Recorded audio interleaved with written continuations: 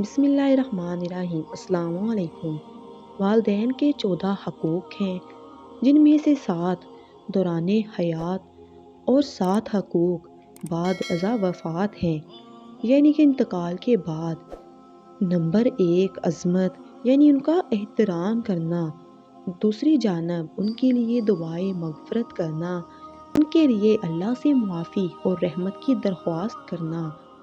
Number 2، ان سے محبت کرنا، ان سے الفت اور انسیت رکھنا۔ دوسری جانب ان کے ایصال ثواب کے لیے اللہ تعالیٰ سے دعا کرنا۔ نمبر 3، اطاعت، یعنی ان کی فرما برداری کرنا۔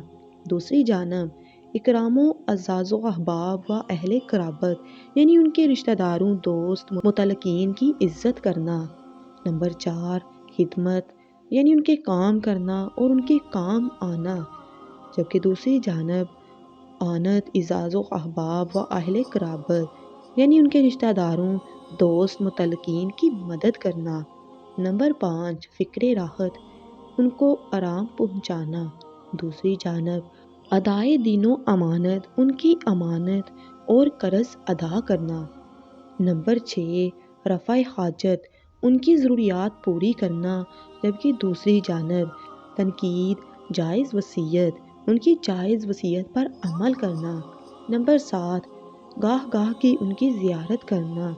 جبکہ دوسری جانب گاہ گاہ ان کی قبر کی زیارت کرنا۔